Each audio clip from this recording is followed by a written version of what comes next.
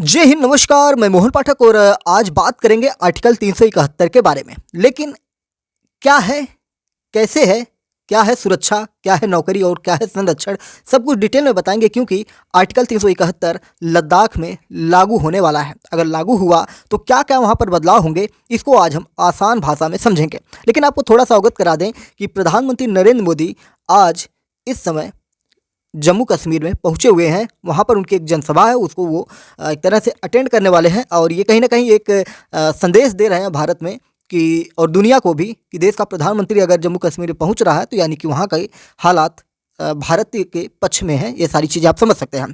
प्रधानमंत्री नरेंद्र मोदी के कश्मीर दौरे से पहले ही एक चर्चा यह भी शुरू हो चुकी थी कि लद्दाख में क्या अनुच्छेद 371 लागू किया जा सकता है। तो अनुच्छेद 370 की तरह ही अनुच्छेद 371 भी भारतीय संविधान में शामिल है और इसके बारे में हम डिटेल में चर्चा ही करने वाले हैं, क्या बदलाव होने वाले हैं।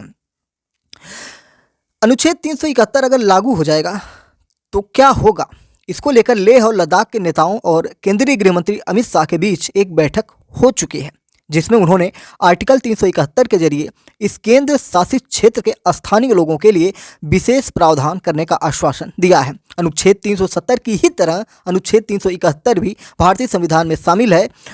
वैसे लद्दाख के लोग कह रहे हैं कि उनकी मांगों को संविधान के 6ठे शेड्यूल में शामिल किया जाए। हमने पहले भी कवर किया था, जिसमें हमने बताया था कि लद्दाख में एक बड़ा प्रोटेस्ट हो रहा है, बड़ा आंदोलन हो रहा है, जिसमें हजारों हजार लोग सड़कों पर उतर रहे हैं और सरकार से अपनी कुछ मांगों को मनवाना चाहते हैं। उसको हमने डिटेल में एक्सप्लेन किया है, तो उसकी चर्चा हम नहीं करेंगे।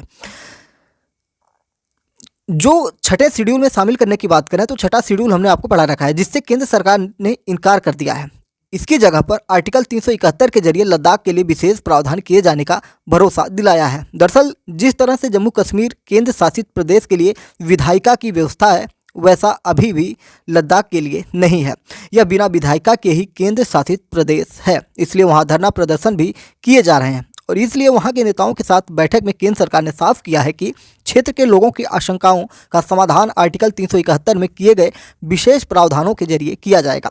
आर्टिकल 371 के जरिए देश के अलग अलग 11 राज्यों के लिए विशेष प्रावधान किए गए हैं, जिनमें उत्तर पूर्व के भी 6 राज्य शामिल हैं। वहीं संविधान के आर्टिकल 244 के 6वें शेड्यूल के अनुसार किसी राज्य में स्वायत्त शासी प्रशासन की स्थापना की जा सकती है, जिसके पास विधायिका, न्यायिक और प्रशासनिक स्वायत्तता होती है। इसी की मांग लद्दाख के लोग कर रहे हैं, पर केंद्र सरकार दूसरे राज्यों के लिए आर्टिकल 371 के तहत किए गए विशेष प्रावधानों की तर्ज पर वहां के लिए भी विशेष प्रावधान कर सकती है। इसके जरिए लद्दाख की स्थानीय विरासत और स्थानीय लोगों के अधिकारों को संरक्षित किया जा सकेगा। इसको अलग अलग राज्यों के लिए आर्टिकल 371 के तहत किए गए प्रावधानों से आसानी से समझा जा सकता है। आर्टिकल 371 ए में नागालैंड के लिए खास प्रावधान है कि वहाँ की धार्मिक, सामाजिक परंपराओं, पारंपरिक कानून, यहाँ तक कि नगा कानून के अनुसार दीवानी, फौजदारी से जुड़े फैसलों और जमीन व अन्य संसाधनों के मालिकाना और ट्रांसफर के संदर्भ में संसद की कोई कार्यवाही लागू नहीं होती है। राज्य की विधानसभा से पारित होने के बाद जरूर इसे लागू किया जा सकता है। इस अनुच्छेद के मुताबिक नागालैंड में जमीन और संसाधन सरकार के नहीं बल्कि स्थानीय लोगों के हैं। तो ये पॉइंट आपको दिमाग में रखना पड़ेगा कि जैसे हम यूपी की बात करें तो यूपी की जो प्रॉपर्टी है, भले ही वो हमारी होती है, लेकिन वो कहीं ना कहीं एक तरह से सरकार की होती है। लेकिन इसमें ये देखिए क्या किया गया है कि इस अनुच्छेद के मुताबिक नागालैंड में जमीन और संसाधन सरकार के नहीं बल्कि स्थानीय लोगों के होते हैं। क्या है आर्टिकल 371 ए, तो याद रखिएगा, इसी को लागू करने की बात की जा रही है। इसी तरह से अनुच्छेद 371 जी में मिजोरम के लिए खास प्रावधान किए गए हैं। इसमें भी वही कहा गया है कि मिजो लोगों की परंपराओं और कानूनी फैसलों पर संसद की कोई कार्रवाई तब तक लागू नहीं होगी जब तक कि राज्य विधानसभा में इसका प्रस्ताव न पारित हो जाए। अनुच्छेद 371 बी असम के लिए और अनुच्छेद 371 सी मणिपुर के लिए विशेष प्रावधान करता है। इसी तरह से अनुच्छेद 371 एफ और 371 एच सिक्किम और अरुणाचल प्रदेश के लिए विशेष प्रावधान उपलब्ध कराते हैं। आंध्र प्रदेश, कर्नाटक और गोवा के लिए भी इसी अनुच्छेद के जरिए विभिन्न विशेष प्रावधान किए जाते हैं। अनुच्छेद 371 ही राष्ट्रपति को महाराष्ट्र के विदर्भ और मराठवाड़ा क्षेत्रों के साथ ही गुजरात के सौराष्ट्र, कच्छ के लिए अलग विकास बोर्डों के गठन की शक्ति देता है। अगर हम बात करें लद्दाख के लोगों को क्या इससे फ़ायदा हो सकता है, तो कुल मिलाकर इस अनुच्छेद के जरिए केंद्र सरकार किसी राज्य की खास ज़रूरतों की पूर्ति करता है और वहाँ के लोगों के हितों की रक्षा करती है। अगर लद्दाख में अनुच्छेद 371 लागू होता है तो जाहिर है कि स्थानीय हितों को बढ़ावा मिलेगा। स्थानीय नौकरियों में स्थानीय लोगों को 80% तक आरक्षण देने का प्रावधान किया जा सकता है। केंद्र सरकार क्षेत्र के विकास के लिए अलग से बजट का प्रावधान कर सकती है। इसके जरिए केंद्र सरकार लद्दाख की संस्कृति, भाषा और भूमि के साथ ही स्थानीय परंपराओं को भी संरक्षण प्रदान कर सकते हैं।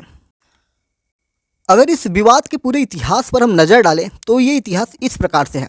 आपको बता दें कि लद्दाख में बीते 1 महीने से भी ज़्यादा समय से विरोध प्रदर्शन हो रहे हैं और यहाँ के लोग लद्दाख को पूर्ण राज्य का दर्जा देने के लिए सड़कों पर हैं। इसे संविधान की 6वीं अनुसूची में शामिल करने, यहाँ अनुच्छेद 371 लागू करने और लेह और कारगिल के लिए एक एक संसदीय सीट देने की मांग कर रहे हैं। इस संबंध में सरकार की प्रदर्शनकारियों से कई दौर की बातचीत हुई है, लेकिन इसका कोई नतीजा नहीं निकल पाया है।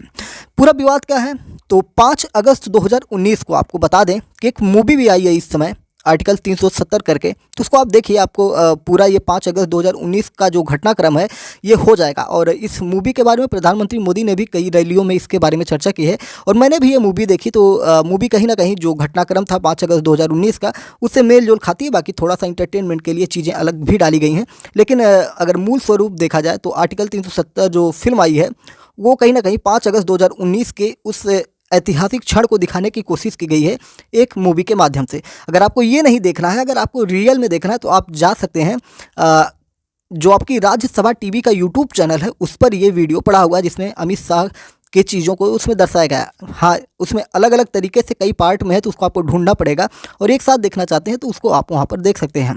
ठीक है, किसमें, मूवी के अंदर। चलिए आइए शुरू करते हैं कि 5 अगस्त 2019 को हुआ क्या था। अगर फिल्म नहीं देखना है तो मेरी बात सुनिए और आपको पता चल जाएगा। 5 अगस्त 2019 को केंद्र सरकार ने जम्मू कश्मीर से धारा 370 हटाई थी। इसके बाद जम्मू कश्मीर का पूर्ण राज्य का दर्जा खत्म हो गया था और इसमें से लद्दाख को अलग कर दोनों को केंद्र शासित प्रदेश बनाया गया था। केंद्र शासित प्रदेश का मतलब ये होता है कि भारत सरकार यानी कि राष्ट्रपति का शासन होता है और जहाँ पर राष्ट्रपति का शासन होता है वहाँ पर केंद्रीय मंत्रिमंडल शासन करती है परोक्ष रूप से, यानी कि डायरेक्ट तो राष्ट्रपति का शासन होता है और केंद्र में राष्ट्रपति किसके द्वारा कार्य करवाता है तो प्रधानमंत्री के जरिए करवाता है। एक तरह से ये आप समझ सकते हैं। हालांकि फ़र्क ये था कि जम्मू कश्मीर को अपनी विधानसभा मिली लेकिन लद्दाख बिना विधानसभा का केंद्र शासित प्रदेश बना।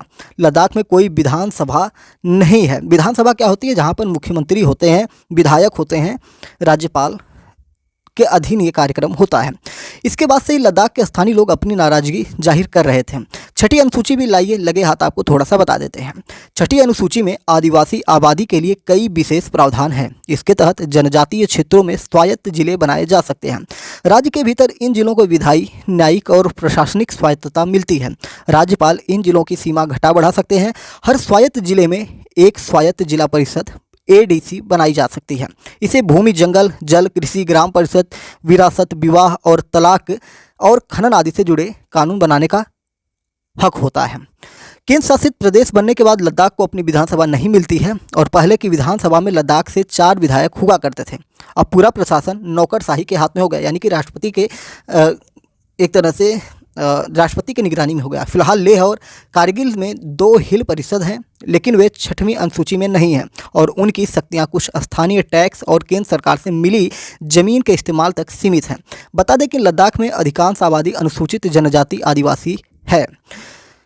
अनुच्छेद 371 के बारे में हमने चर्चा की कि अनुच्छेद 371 में पूर्वोत्तर के 6 राज्यों समेत 11 राज्यों के लिए विशेष प्रावधान किए गए हैं। जब संविधान लागू हुआ था तब अनुच्छेद 371 नहीं था। ये भी ध्यान रखिएगा कि जब हमारा भारतीय संविधान लागू हुआ था 26 जनवरी 1950 को, तब अनुच्छेद 371 उसमें नहीं था। इसे बाद में संशोधन करके जोड़ा गया था। इसे लागू करने का उद्देश्य पिछड़े राज्यों को पटरी पर लाना, आदिवासी संस्कृति को संरक्षित करना और स्थानीय लोगों को नौकरी में आरक्षण देने के लिए ये सब किया गया था।